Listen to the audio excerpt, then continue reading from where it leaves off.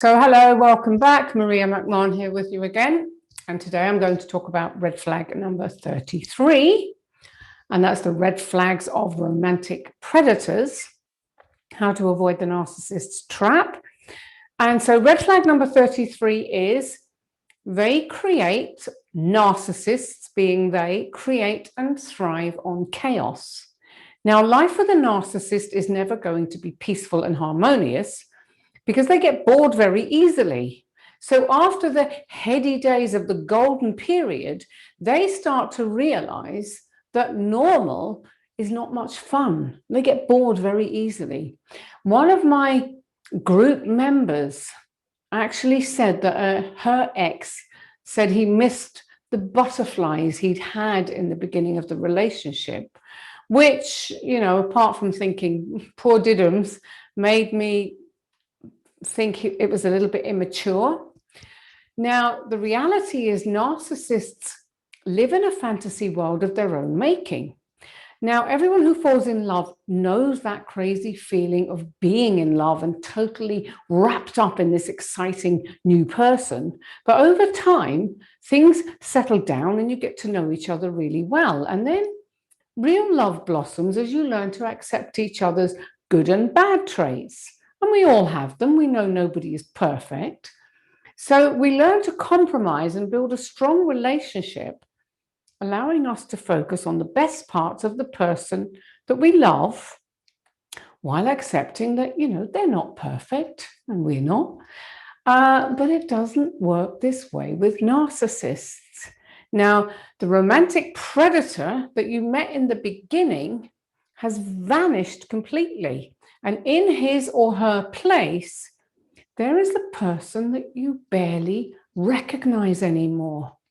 And they cannot seem to get through a single day without causing emotional chaos. And everything seems to result in an argument, in door slamming, the silent treatment, or worse.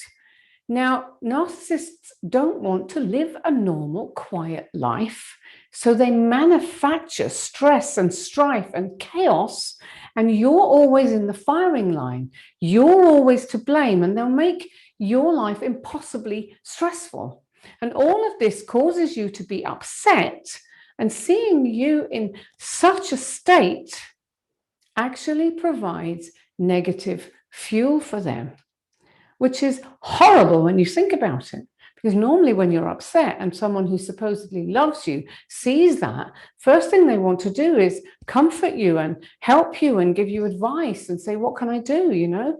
But with a narcissist, that is not going to happen. They're in fact the ones that have caused it, and then they're going to sit around enjoying it, enjoying your misery. Now, what's deeply damaging is you're living in that kind of chaos, and you may not even realize that they're the cause of your emotional state. And this is because they are so good at blame shifting, at gaslighting, and all their other narc tactics. Because of those, your thinking gets very foggy. And often you can't or don't connect the dots until much later on in your recovery, when the damage has been done and you're desperately trying to put the shattered pieces of yourself back together again. One of my clients actually had a nervous breakdown and didn't realize it was caused by her ex's gaslighting and crazy making behavior. Because what happens is when you're in it, you can't see it. It's that typical can't see the forest for the trees scenario.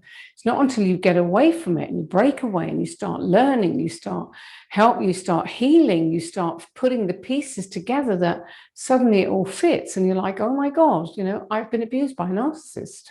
And then you start thinking back and learn. Once you understand the behavior, you can look back and see, recognize all the patterns. And I see this happening all the time with the people I work with. And it will happen to you if it hasn't already. And it's why learning so much as you can about it in the beginning is so important. So remember that I'm talking about how to avoid the narcissist, and my book, The Top 50 Red Flags of the Romantic predator and these short videos I'm doing just to talk a little bit about them are all designed to help you to know what to look for so that you don't fall into that trap. So recognizing the red flags so that you can avoid the traps in the first place is the most important thing for you. So my book, it's not about how to recover from narcissistic abuse. I hope I will do one of those when I can get to it. The book itself is about helping you to avoid so that you don't. So many people have said to me, oh God, I wish if only I'd known this, if only I'd known what to look for. Pretty much everyone who gets involved with a narcissist, particularly in a romantic relationship, say the same thing. Oh, if only I'd read this book sooner, if only I knew what to look for, you know? So that's the whole point of it, is to learn as much as you can so that you don't, you know, fall in to the trap. So if these things are happening, you know, along with other flags, because there's never just one. So any one single behavior on its own, you can live with that. You can maybe cut the person some slack, but if it's a narcissist, you will see several flags showing up quite quickly. And, you know, you'll know if you're already in such a relationship and you're trying to find a way out, you'll know because you'll recognize these flags that I'm talking about, and you'll know that you're in an abusive relationship. So my recommendation, I know I sound like a broken record, but it's always to get out, because you will never, ever have a happy, harmonious, beautiful life with a narcissist. It will be chaos, heartache, pain, and abuse all the way. And I've known people who've been stuck in you know, these types of relationships for 30 or more years. So if that's you and you're watching, don't let that happen to you. I mean, even if you have been in the relationship for 30 years, it's never too late to get out. And I have people in my group all the time. I've got people in my 60s, in their 70s. I've even got someone in her 80s who all will say, get out. You don't have to put up with this. And I think the oldest person in my group now, in my ladies group, is, I think, 73 or 74. And she was a long time with a very, very abusive man, a narcissist, obviously, and tried and just couldn't find the courage. But one day she had the light bulb moment that I say is, you know, you have to get that light bulb moment for yourself. And that's when you decide enough is enough. I'm not going to do this anymore. I cannot live another day like this.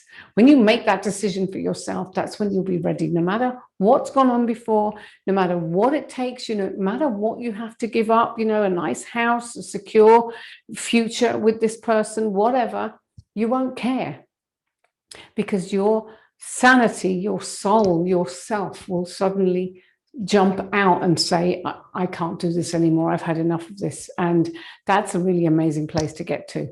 So if you're not there yet, keep studying, keep learning, and keep validating yourself and saying, you know, I can get out of this. I will get out of this, because I can't bear to think of anyone stuck in these poisonous, toxic relationships. And the more people get out, the happier it makes me. So thank you very much for watching. I hope you found that helpful. And we're going to move on to, I think it's 34 next. I have to try and remember. I think it's 34. But thank you very much for watching, and I will see you again soon. Bye for now.